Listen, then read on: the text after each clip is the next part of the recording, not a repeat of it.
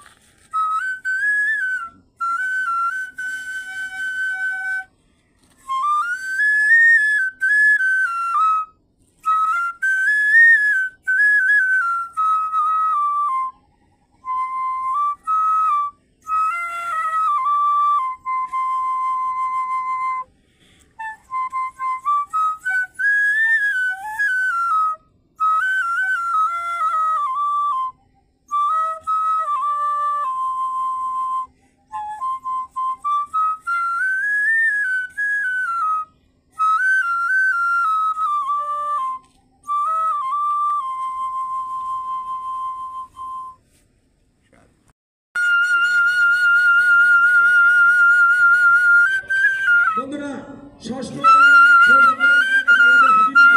বন্ধুরা হাবিবিকে পাওয়া গেছে। বন্ধুরা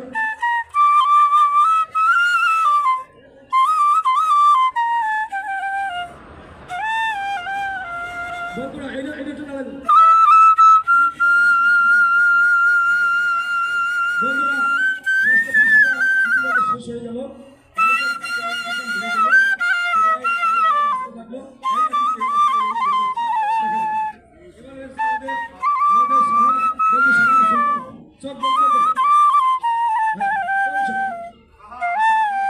বন্ধুরা দেখে ওরে বাবা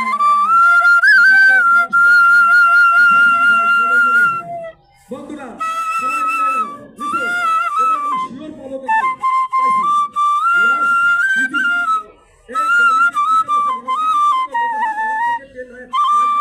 আছে তাহলে নাই নাই তার দামে একটি নাই, একটি নাই, নাই, একটি নাই, 90